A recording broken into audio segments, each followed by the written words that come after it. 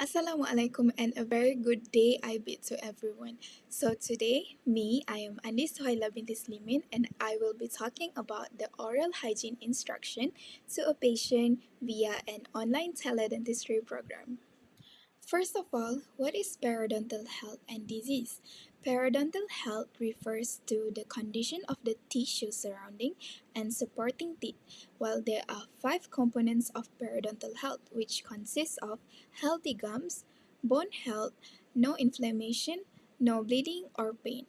While periodontal disease refers to infections and inflammations that affect the gums and supporting structures of the teeth, such as gingivitis and also periodontitis. Here are the patient's current periodontal condition and prognosis. So for the probing depth, there are several areas with pockets more than 5 mm, and it is mostly on the posterior teeth and some anterior region. While for the bleeding on probing, they are positive in multiple areas, which indicating active inflammation. And for the clinical attachment loss, they are present in several teeth, suggesting long-standing periodontal tissues breakdown. And for the furcation involvement, there are evidence in molars, indicating advanced localized disease. And for the prognosis, it is a poor prognosis, however, it can change to fair to good, provided that the patient adheres to periodontal therapy, maintains strict oral hygiene, and keeps diabetes under control. So here are the importance of checking the periodontal status. Firstly, the detection of periodontal disease. Periodontal disease includes conditions like gingivitis and periodontitis that can progress silently without noticeable symptoms. And early detection will help to prevent progression to severe forms which can lead to tooth loss. Next, we have maintaining overall oral health. So, periodontal health affects the teeth, gums, and jawbones. Regular checks can ensure these structures remain healthy, preventing complications like bone loss and tooth mobility. And the prevention of systemic health issues. Poor periodontal health has been linked to systemic conditions like cardiovascular disease, diabetes, respiratory infections, and pregnancy complications. So, by monitoring and managing periodontal health, it can help in reducing this risk. Next, we could also help in treatment planning. So, a thorough assessment of periodontal status is necessary for planning dental treatments like restorations, implants, or even orthodontics. And it also ensures the foundation is healthy enough to support these treatments. Next, we have monitoring progress. Regular checks allow dentists to monitor the effectiveness of treatments and modify care plans if necessary. And lastly, we have patient education, which assessments of this periodontal status will provide an opportunity to educate the patients about their proper oral hygiene techniques and the importance of maintaining gum health. So here are the patient's health and how it affects the dental health. So firstly, patient has a diabetes mellitus type 2, which it is a control with HbA1c of 6.8%, indicating moderate glycemic control. And this diabetes is a significant risk factor for periodontal disease due to impaired healing and increased susceptibility to infections. So, regular periodontal assessment are essential for this patient to prevent potential complications. And next, patient also have no prior periodontal treatment. So, without previous periodontal care, this patient may have unrecognized issues such as gingivitis or early stage periodontitis that need evaluation. And next, patient also have recent extraction by which the healing post-extraction is uneventful, which suggests a good healing capacity. However, monitoring the periodontal health of adjacent teeth is crucial. And next, we have the stress level of the patient, which these patients have moderate stress, which scores 6 out of 10, which can contribute to periodontal disease through increased cortisol levels, which may impair immune functions. Next, she is also a non-smoker. By being a non-smoker, it reduces her risk of severe periodontal disease progression as smoking is a significant risk factor. Lastly, this patient also have no parafunctional habits, by which the absence of clenching or grinding habits will reduces the risk of mechanical damage to the periodontium. Now we go to the importance of the plaque control. So what is a plaque control? Dental plaque is a sticky, colorless biofilm of bacteria and food particles that forms on the surface of the teeth and gums. So why is plaque control important? It is important to prevent gingivitis, and it is a protection against periodontal disease, prevention of tooth decay, fresh breath, and maintaining aesthetic appearance. So how does plaque can cause all the problems? Firstly, plaque can cause gingivitis because plaque built up along the gum line is the primary cause of gingivitis, which is the inflammation of the gums. So how does this happen? The plaque bacteria will release toxins and irritants that cause gum tissues to become inflamed, which this leads to symptoms such as redness, swelling, and even bleeding gums. Next, plaque also cause periodontal disease, by which if gingivitis is left untreated, it can progress to periodontitis, which is a severe form of gum disease that damages the supporting structures of the teeth. How does this happen? The plaque hardens into calculus, which further irritates and inflames the gums. So over the time, the inflammation causes gum recession, bone loss, and the formation of deep periodontal pockets harboring more bacteria. And next, plaque also can cause tooth decay. So, plaque bacteria also contribute to dental caries, which is cavities, by producing acids. So, how does this happen? Plaque forms on the tooth surfaces, especially in areas that are hard to clean, example as the pits and the fissures, and also between the teeth. When sugars and starch are consumed, the plaque bacteria metabolize them, and it will produce acid that will demineralize the tooth enamels. Hence, over the time, this will lead to the formation of cavities. Aside from those three just now, plaque also can cause bad breath, which is also known as halitosis. So, plaque is a major contributor to bad breath. How does this happen?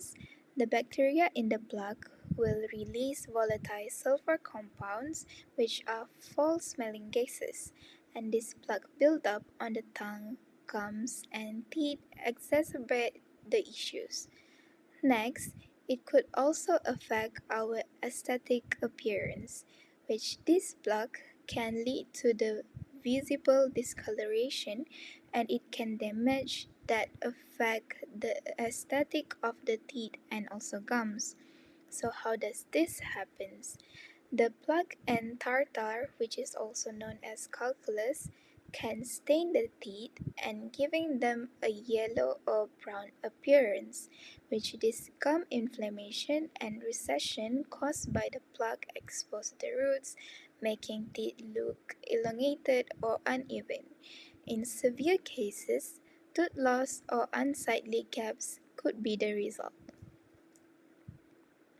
Here are the oral hygiene aids that we can use, which we have toothbrush, which is used to remove plaque, hence it will reduce the inflammation and bacteria. And for toothpaste, it contains fluoride to strengthen enamels and prevent cavities, while for interdental aids, it is used to guarantee sufficient cleaning between the teeth, and it consists of dental floss, wood sticks, interdental brushes, single or and tufted brushes. For mouthwash, we have antimicrobial rinses which reduce bacteria and inflammation, fluoride mouthwash which is strengthen enamels and prevent decay, while cosmetic mouthwash it will improve breath freshness. And for tongue cleaner, it is used to remove bacteria and debris from the tongue, reducing bad breath. Here are the ways to brush your teeth. Firstly, you can use a soft bristled toothbrush to avoid damaging the gums and exposed root surface.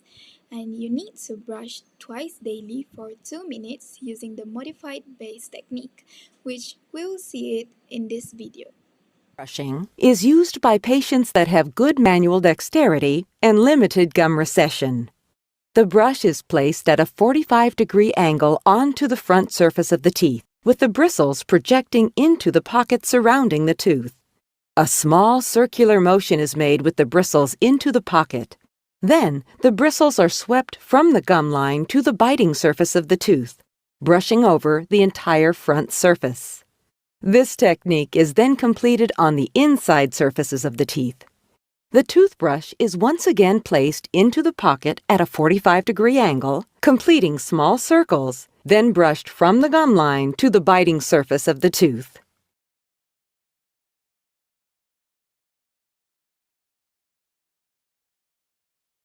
And it is also recommended using fluoridated toothpaste with added antimicrobial agent to reduce plaque and inflammation. For interdental cleaning, we need to use interdental brushes and we need to choose an appropriate size according to our tooth size. And for the dental floss, it is used for smaller spaces. So here are the videos for how to use interdental brush and also dental floss.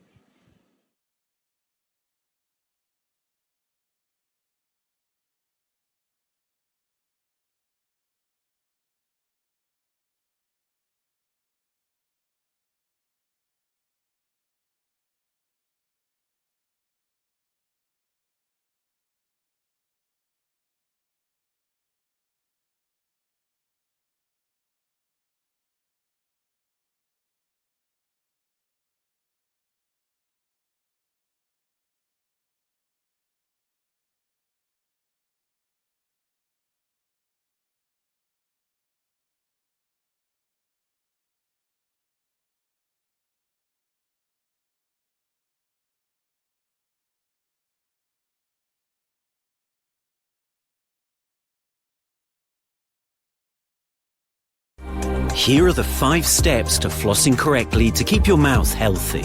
First, wind about 18 inches of floss around your middle fingers. Pinch the floss between your thumbs and index fingers, leaving an inch or 2. Now gently glide the floss between your teeth. Then glide it around your tooth, making the shape of the letter C.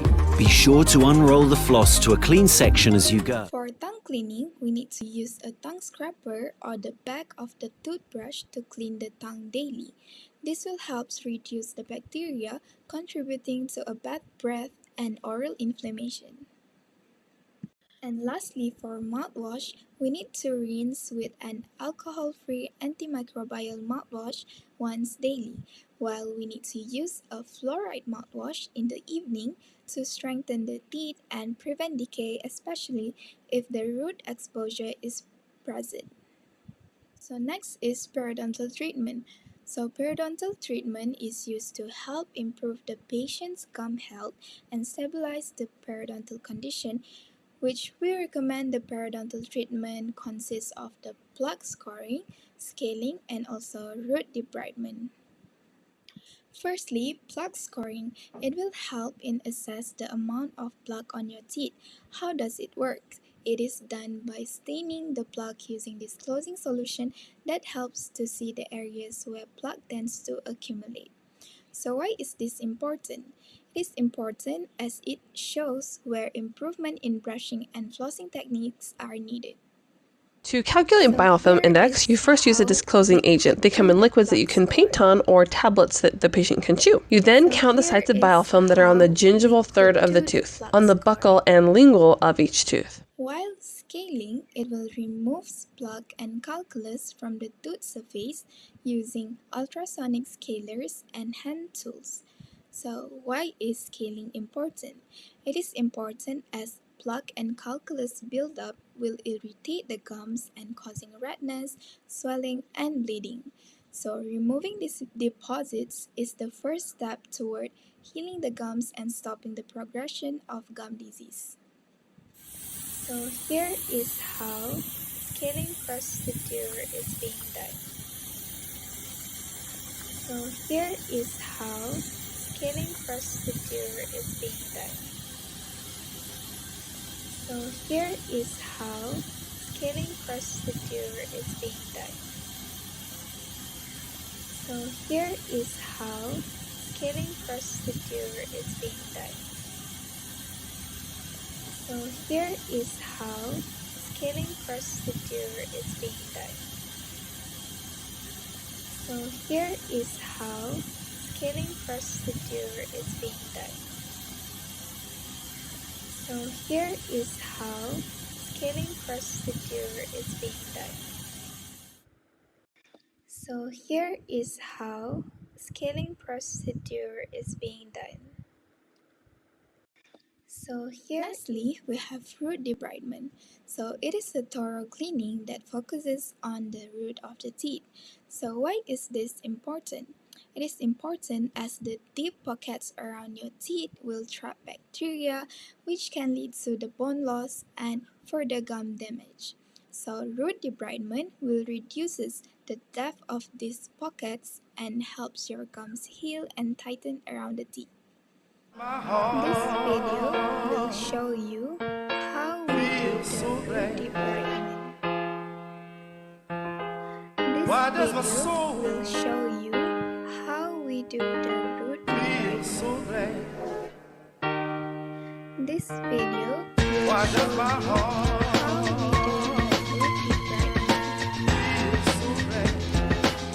we do the root debridement. This video will show you how we do the root debridement. Why does my soul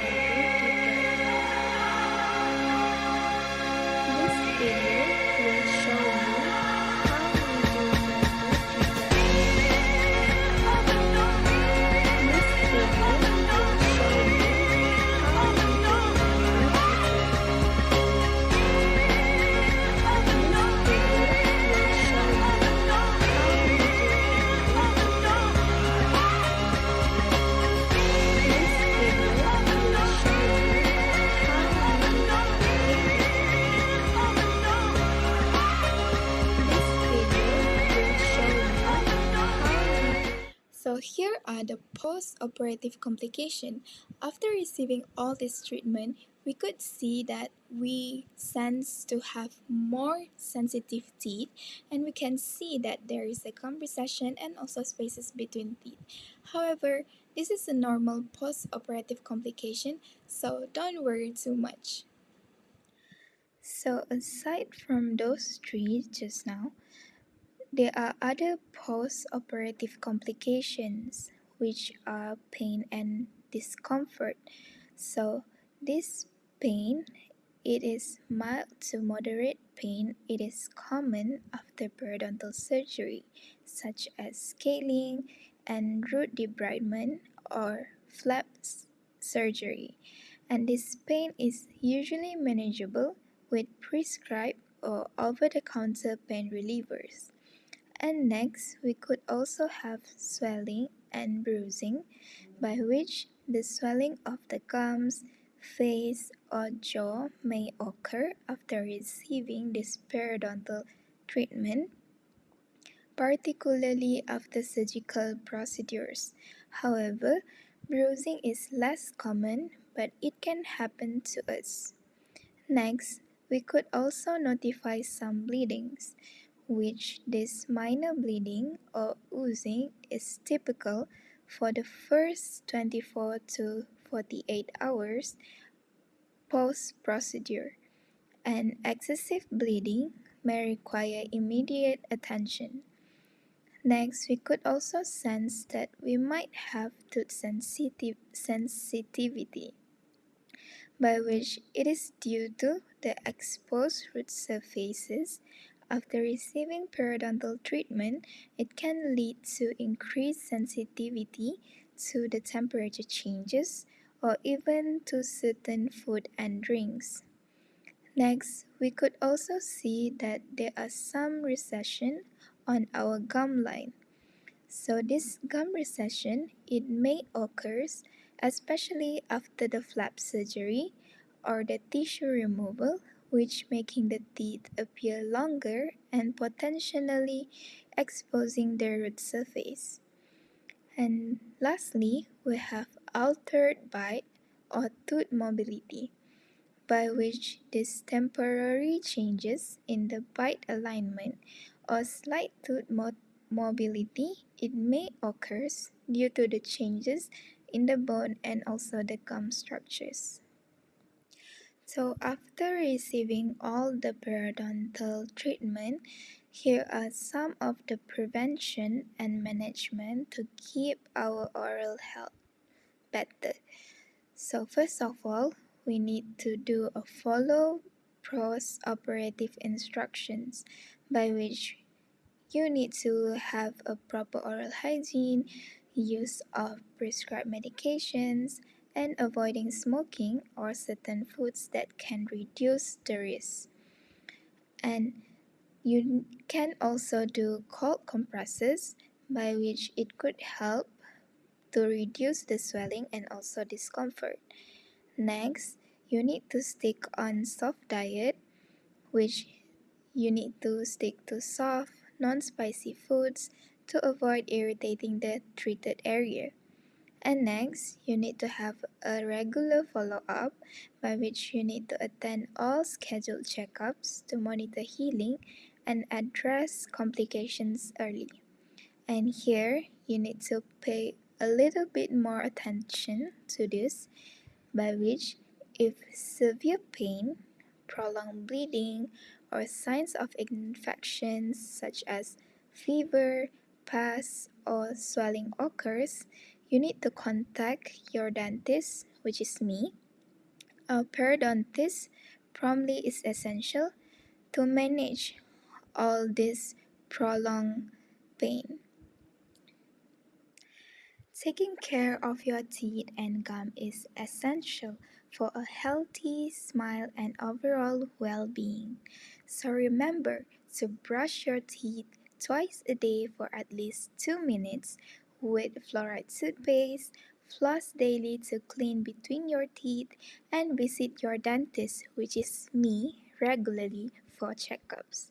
Small habits like rinsing with water after meals, or using mouthwash can make a big difference too. Your smile is worth the effort. So start today and make oral hygiene a priority.